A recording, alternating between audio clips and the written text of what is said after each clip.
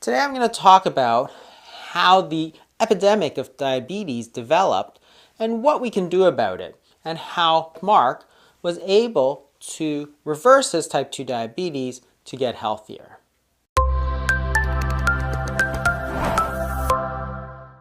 In 2016, the first global report on diabetes was released, and the news was not good.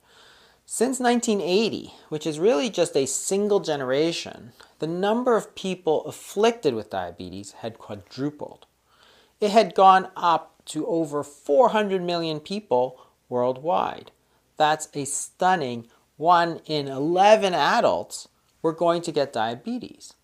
And this has really grave consequences because diabetes, while you may not feel it, can lead to devastating consequences such as stroke, blindness, heart disease, kidney failure, and amputation, and is a key contributor to cancer as well. But the question is this: diabetes itself is an ancient disease. It was mentioned in the Ebers Papyrus written about 1550 BC. So how did this ancient disease become a modern epidemic? The disease diabetes mellitus comes from the word diabetes, which means passing too much urine, and mellitus, which means from honey. And what it means is that the symptoms of this disease is that people tend to urinate a lot. And it was noted from ancient times that this urine was very sweet. The physician Matthew Dobson identified sugar as the substance that caused this sweetness, and in fact, doctors used to diagnose diabetes by tasting the urine of their patients for that characteristic sweetness. The symptoms of diabetes includes frequent urination because all this sugar pulls out a lot of water, and so people need to urinate. But today, the diagnosis is mainly made by blood testing, either by testing the blood glucose, which is the blood sugar, or the hemoglobin A1C, which is also a measure of how much sugar there is in the blood. There are two main types of diabetes: type 1 diabetes, which used to be called juvenile diabetes, and type 2 diabetes, which used to be called adult onset diabetes. And this reflected two different diseases and different populations that were at risk. Type 1 diabetes tends to occur very suddenly. People are fine one day and the next people find themselves urinating too much, whereas type 2 diabetes is very gradual in onset, and many days it's just picked up by blood work. The type of people that get affected with these diseases also tend to look very different. Type 1 diabetics tend to be thin, and type 2 diabetics tend to be overweight. But perhaps the most important thing is that type 1 diabetes is an autoimmune disease caused by destruction of the pancreatic beta cells and tends to be progressive. We don't really know what causes it, whereas type 2 diabetes is a reversible disease and mostly associated with weight gain. And when people lose weight, they almost always get better or even reverse their type 2 diabetes. And this explains how we developed this epidemic of diabetes, which is mostly type 2. As you can see, since 1977, the dietary trends in America have changed, and the number of people who are overweight and obese have gone up dramatically. 10 years later, we see that this rise is paralleled by a rise in cases of type 2 diabetes because of the very close link between them. So clearly, this is not a genetic disease because the disease happened within the span of 30 years, which is too fast for genetic changes, but in fact reflects lifestyle changes and mostly dietary changes that have led to the gaining of weight. But the good news is that since it is often related to weight gain, if you can lose weight, you can often reverse the disease, and this is highly dependent on your diet. That is, what you're eating and how often you're eating. This observation that diabetes is very responsive to dietary changes is not new. In fact, the first treatment of any kind for diabetes was proposed in 1797 by the Scottish military surgeon John Rollo, who prescribed an all-meat diet. And on this regimen, they found that the sugar in the urine dramatically improved. In the 1870s, the French pharmacist, often called the founder of modern diabetology, observed that during the Franco-Prussian War, the periodic starvation often reduced the amount of glucose that his patients were putting out. So in his book, he laid a comprehensive dietary strategy of reducing all sugars and starches and found that a lot of times the diabetics got better.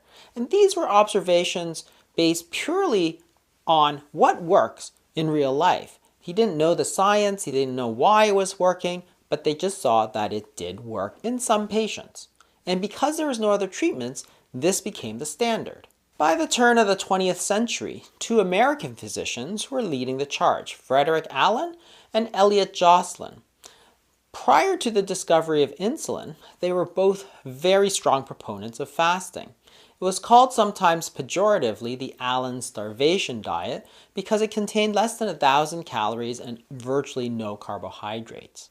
In 1916, Elliot Joslin at the Harvard Medical School wrote that temporary periods of undernutrition are helpful in the treatment of diabetes will probably be acknowledged by all after these 2 years of experience with fasting. That is, he thought that it was so obvious that fasting helped diabetes that it practically didn't even need a study. It was so obvious. Of course, at that time, they hadn't yet distinguished between type 1 and type 2 diabetes, which is very important because type 1s did very poorly with dietary treatments because that was not their disease. It was not a dietary disease, it was an autoimmune destruction of their pancreas. Whereas type 2s often did very well because it was a dietary disease, and as they lost weight, their diabetes often regressed. With the discovery of insulin in 1921, all dietary treatments were abandoned. And the basis of treatment for type 1 and type 2 diabetes was considered drugs. But drugs cannot reverse a dietary disease. And so people got the idea that this disease was not reversible, that it was some kind of chronic progressive disease. Because if you don't treat the underlying condition, which is the poor diet and the weight, then the disease is not going to reverse because you have not addressed the root cause of the type 2 diabetes. Insulin works amazingly well in type 1 diabetes, but in type 2 diabetes, it tends to make them gain weight. And as you gain weight, that type 2 diabetes is not going to get better. It's going to get worse. Yet treating the underlying diet doesn't seem to be a big message that type 2 diabetics are getting. Here you can see the general advice of how to treat type 2 diabetes. Keep your blood sugars in control, stop smoking, take your medicines to control your cholesterol, your blood pressure.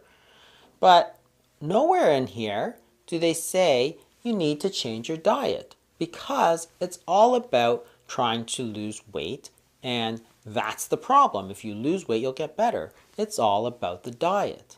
In type 1 diabetes, the pancreatic cells get destroyed and insulin levels are too low. So a drug such as injected insulin is going to work amazingly well, and it did. But for type 2 diabetes, your insulin levels are too high. So giving more insulin is not the answer. In fact, it's going to make you gain weight and make things worse. You can't treat a condition where insulin levels are too high by giving more insulin. So what kind of diet did Mark use to reverse his type 2 diabetes?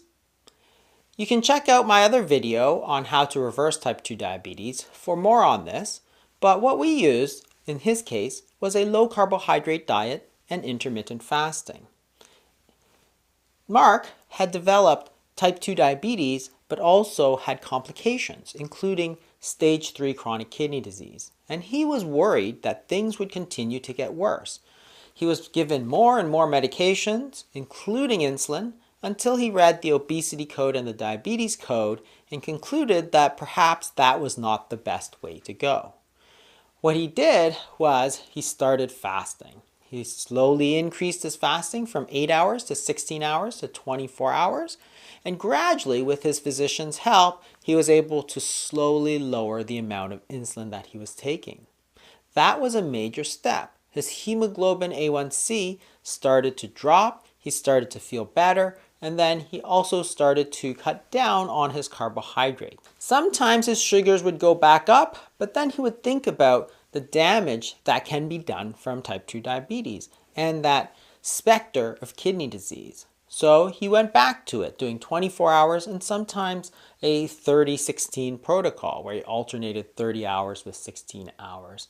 And he was able to get his hemoglobin A1C down to a normal range and get off all of his medications. By definition, he had reversed his type 2 diabetes.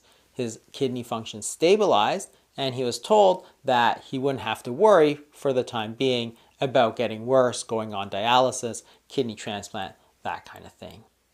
That's a great job, Mark. Hopefully, this will inspire people to look again at the diet as a viable treatment for weight loss and reversing type 2 diabetes. Thanks for watching.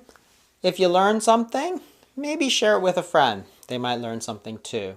And if you enjoyed this video, please do me a favor, hit the like button, and we'll see you next week.